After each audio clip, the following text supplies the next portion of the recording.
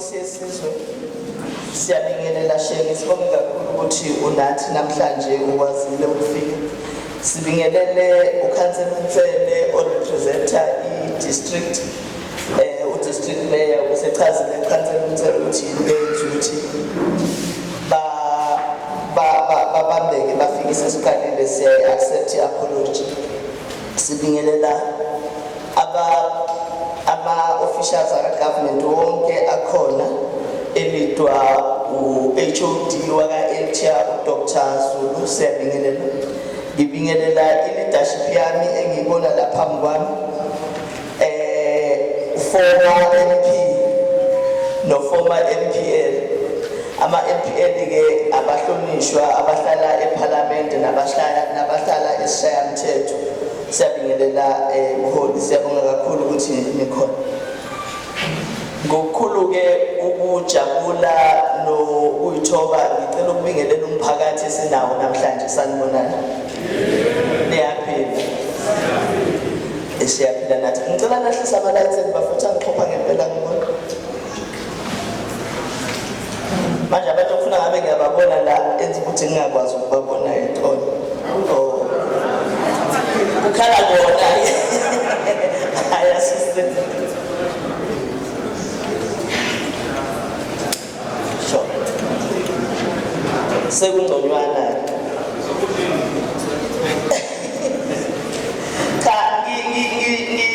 Ngicela nje ngokuchaza in detail ukuthi kungani kukhona mina la namhlanje ngiwungqongqoshe womunye umnyango kodwa sizokhuluma indaba zaka-agriculture. Ebese-ke uma sengichazile ngizonikeza ubaba Dlamini ithuba lokuthi aphendule ngoba kunemibuzo nezinto ey'ningana ey'phakanyisiwe umphakathi. Kahle uhlelo lwethu lokuza la namhlanje akusikho ngempela ukuzolalela mina ngikhuluma, ukuzolalela uDepartment of Agriculture ekhuluma nabafuyi ebese nani niyabuza imibuzo.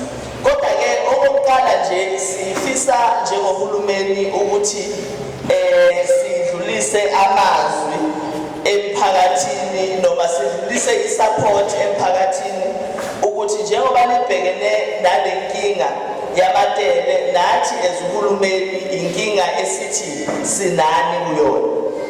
Uma ngabe sibuka amatele aphethe eSouth Africa yonke awekho la ku-province yaKwaZulu Natal kuphela, kodwa thina KwaZulu Natal si-affecteke kakhulu ukudlula amanye ama-provinces ngenxa yesize yethu nangenxa yobukhulu bemfuyo esinayo generally kwi-province.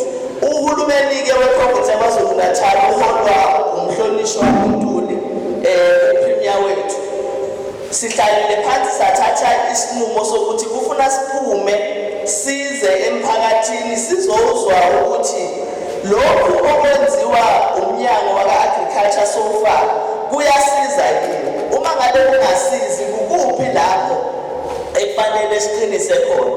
Savumelana-ke ukuthi ungqongqoshe waka-agriculture uyedwa kuphela umama ukaMthethwa akezukwazi ukuthi ahambele zonke indawo ezikhona i-province yonke yaKwaZulu Natal. Sasesithatha isinqumo-ke sokuthi cha asimsize sonke siyongqongqoshe.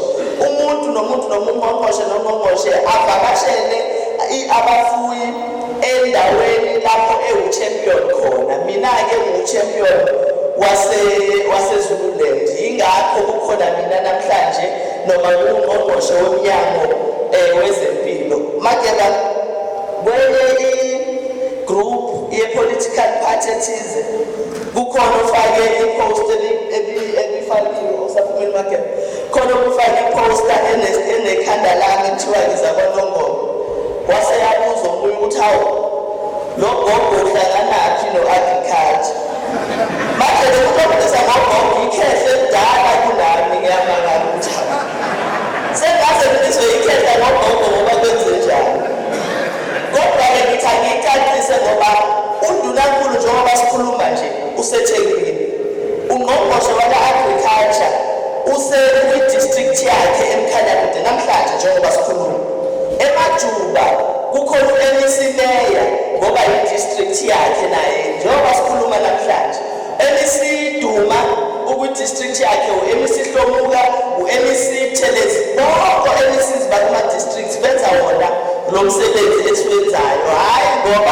sifuna ukuthatha over umsebenzi kaMandlovu Mthetho, kodwa ngoba sibone ukuthi le nkinga iyaphuthuma kangakanani, kubalulekile ukuthi sisondele eduze kwenu sizokhuluma, sikhulume nanokuthi senze njani njengoba sinenkinga nje esibhekene nayo. Okokuqala-ke engifisa ukukusho ilokho ukuthi impela i-foot and mouth yigciwane. Manje igciwane cishe lifane elake lasiphatha thina sabantu le-COVID-19. Igciwane awukwazi ukulibulala emzimbeni, liyayihlalela lona kuze kuphele isikhathi salo life. Sometimes kuyaye kuthiwe i-lifespan yegciwane emzimbeni womuntu noma wesilwane kuba 14 days 30 days kuya ukuthi igciwane linjani. Ingakho ngesikhathi se-COVID sathi nasikhuluma nani nge-COVID sathi i-COVID-19 ngoba isifikile isiyohlala nathi nomphela, isiyoba umkhuhlane nje sihlale siphila nawo, ngoba igciwane alifani nebacteria. Igciwane alinaso into othi na uthi uyayiphuza noma uyayijova noma uyayidla ibisiyakulala. Igciwane nje lifuna ukuyiphilela icycle yaso lize liphele lize life. Njengoba ngichazile ukuthi icycle sometimes kuba 15 days, sometimes kuba 30 days. Angiyazi icycle yevirus ye-foot and mouth ukuthi ithini. 14 days. I-14 days ihlala kwi-system noma ihlala emzimbeni wesilwane.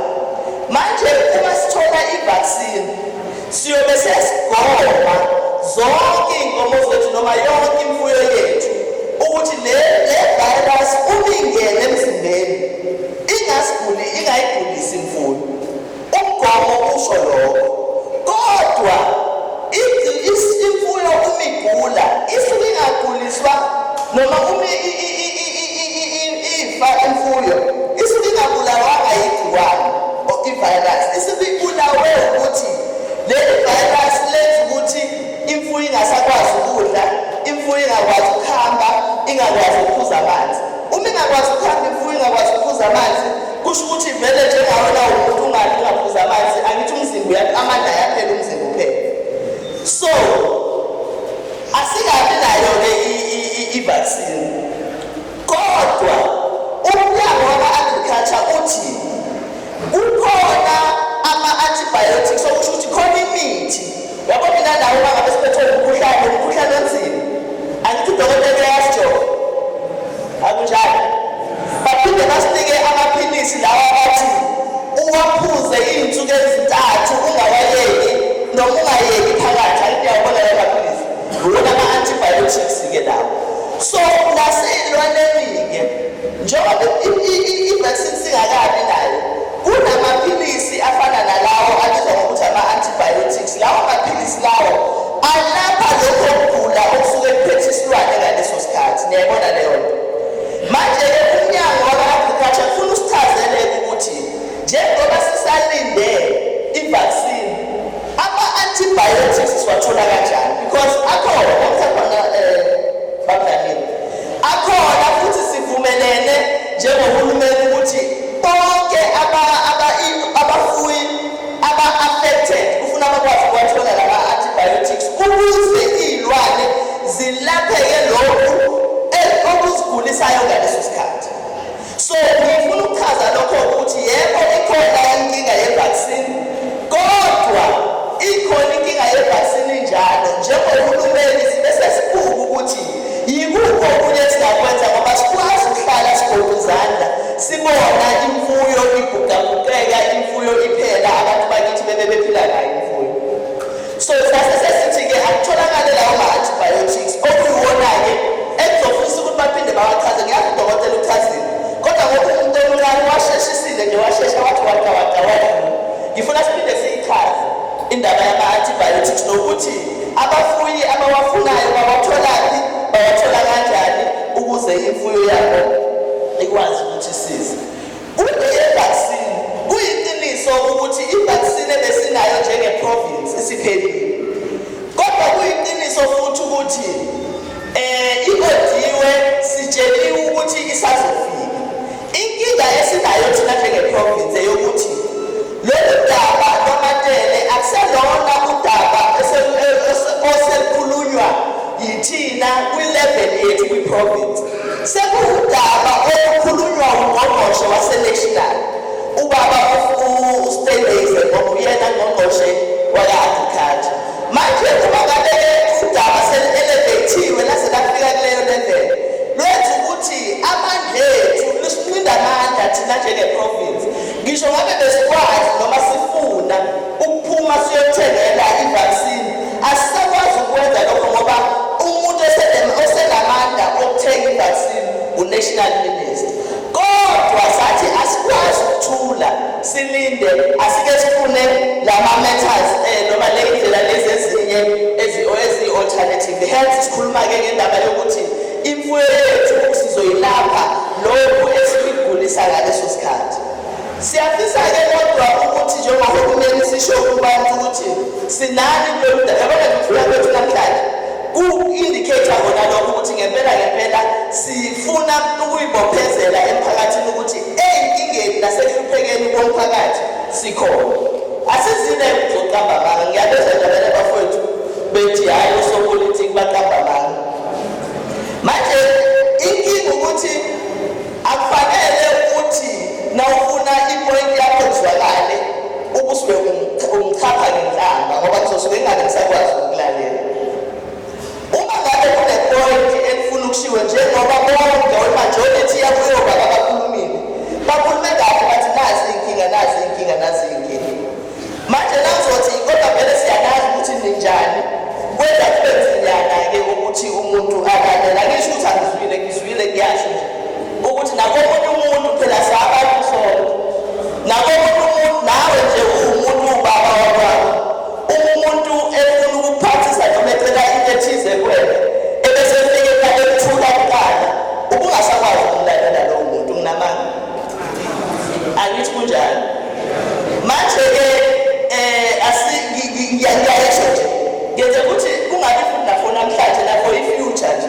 Uma ngabe khona sifuna ukuxoxa sikhulume, asikhulumeni ngenhlonipho, sikhulumeni ngendlela nawe ongathanda ukuthi uma into ikhulunywa kuwena ifike kuwena ngaleyo ndlela.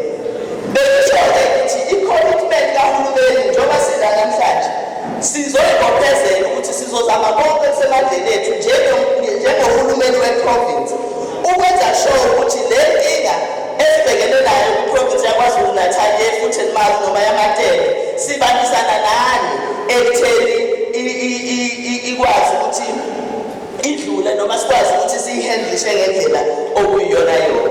Okwanamhlanje-ke bekuyi-step sokuqala, i-step esithi nayi inkinga ekhona, sinenkinga ye-vaccine ngoba njengoba silana nje sizochaza lokho khona ngabe kuthiwa uhulumeni waqamba amanga. Sizochaza lokho ukuthi siyafisa ukuyithenga i-vaccine futhi sinayo imali yokuthenga i-vaccine njenge-province. Inkinga ukuthi asikwazi ukuyihambela siyoyithengela thina phesheya, kufuna silinde uminister wase-national okuyena-ke simlindile ukuze sikwazi ukuthi sigcine siyitholile. Angifuni futhi siphinde sisho ama-dates. Ngimzwile ubabudalini ekhuluma ukuthi kuthiwa izozifike ngomanje, kanti phela asikwazi ukuyikhuluma kanjalo thina ngoba akuthina esithengayo and asikho sure. Uma ingasafikanga ngomanje kuzoba sengathi thina futhi esiqamba amanga kanti besikhulume into engekho emandleni ethu. Kodwa iqiniso esilizwile ukuthi ngempela baqalile ka-national bayayithenga i-vaccine, so sizozwa ngabo uma isifikile, but thina asizolinda sigqoke izandla ize ifike leyo vaccine. Sizokwenza-ke lokho engithe ngizocela ubabudalini enze ezosichazela. Ngicela ningiboneke i-mic yesibili.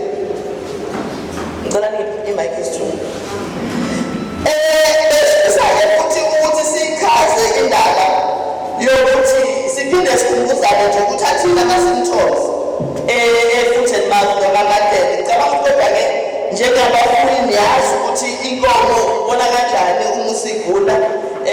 Isiqala ikhipha amathe, isivuza amathe, isixhuga noma ingakwazi ukuhamba kahle, ibe nefiva, ingasadli inhloko, nobisi oluphuma lapha enkomeni ingasadli ubisi oluyikhwalithi leyo esilujwayele. Kubalulekile-ke ukuthi uma sesibonile lokho sisondele baka-agriculture ngoba banayo udokotela njengoba bechazile and banazi inhlelo ezikwazi ukuhambela thina sonke emakhaya. Lolu daba-ke lwamatende ludaba esifisayo ukuthi silibambise okwey'khali zamantungwa ngoba njengoba beshilo baba nabafowethu earlier on uyathola ukuthi abanye bethu siphila ngayo imfuyo and uma ngabe imfuyo inganakekeleki ngendlela okuyiyona kusho ukuthi sizogcina sinenkinga, sizogcina isizwe sethu singakwazi ukuqhubeka siye phambili. Ngicela ukuba lana-ke ngifuna ukuthi siphendule abadaleni. I-question yokuqala ibiqhamuka lapha kuBabujile ithi bona ejele bayafuya bayadayisa. Ithini indaba yokutransporta iy'lwane zabo? Ngibonge umhlonishwa. Ngizwe sengathi unayo ipermit yokuthatha imfuyo yakhe eplazini eyisa eMandeleni. Ngicabanga ukuthi-ke iyona permit ebesikhuluma ngayo lapho ukuthi kubalulekile ukuthi ibe khona. Uma ngabe inyama seyisuka eMandeleni ngoba kusuke kungasayona phela inkomo ephilayo, kodwa ukuthi unayo yonke. Le mfuyo-ke esihlabekile siyenze njani siwumphakathi? Mhlonishwa, kusho ukuthi uma inkomo yakho uyithola ukuthi ihlabekile, isinyathelo sokuqala ofanele usenze, xhumana nombhobholi noma ufonele i-ofisi eseduze ukuze le mithi esinayo size nayo ngoba ama-antibiotics asikwazi ukunika wena. Odokotela abanelungelo lokuthi bawafake esilwaneni futhi bazofika bakujovele bafike makunesilonda bakhiphe umuthi wokudilana nesilonda. Uma ivuvukele bakunike umuthi wokuthi kwehle ukuvuvukala inkomo iphile ikwazi ukudla ikwazi ukuhamba. Ilokho sicela. Njengoba silana ninalo uhlelo labafuyi uma befuna ukubhalisa-ke ukuthi nisondele kubona olungenzeka khona manje. Angithi ukuthi abakhona abantu baka-agriculture ababhalayo? Bakhona abeluleki, kukhona ababhobholi, kukhona yebo bakhona. So can we agree ukuthi lela tafula leliya uma kukhona namhlanje abafisa ukuthi bavakashelwe odokotela ngoba bethi imfuyo yabo ihlabekile kodwa ayinayo i-treatment bafuna ukuyobhalisa, singakwenza lokho? Yebo, ngizocela ama-animal health technicians abe laphaya azomela wonke amalokali abantu abafuna ukubhalisa abanenkinga emfuyweni bafike babhalise kubo ukuze odokotela bakwazi ukusondela. Okay, sihappy ngalokho, kuzosiza uma senze njalo. Ama-technicians ngangawabona lawa kade bizwa. Sizocela ngisondelene etafuleni bozakwethu. Basemuva. Hayi bamdla sibabona ngathi wedwa. Bakhona ngani? Alright. Angisho ukuthi asibhaliseni manje. Ithi bona babe besondela lapha khona nasiqeda la sibe siyobhalisa. Into esifuna ukuyigcizelela-ke kodwa abadlaleli ukuthi uma bebhalisa abangalindi abantu into udokotela engakafiki. Into eyenza ukuthi sibhalise senzela ukuthi nikwazi ukuthi nihlele kahle. Kodwa at least isikhathi sokuthi abantu bafike bakwazi noma odokotela bafike emphakathini kuze iy'lwane zabo zisinde asiyisheshishe leyo process leyo. Umuntu abanga nje uyayithatha isikhathi esingakanani ebhalisini udokotela asafike?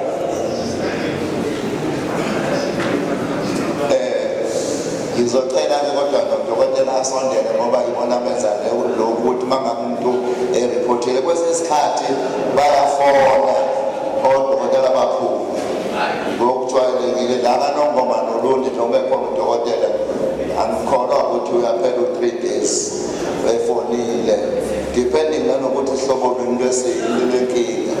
Kukhona abafona athi umuntu nansi inkomo yami iyazala manje ibambekile basuka ngaleyo sikhathi noma abangasazi abasondele sengathi kwezinakhi abangazilindela abantu abazobe bebhalisile.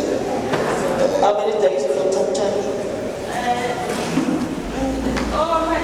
Ngakuthi bayazi ukuthi kaloko singabakho bona abawu-3 so bazohlela nabo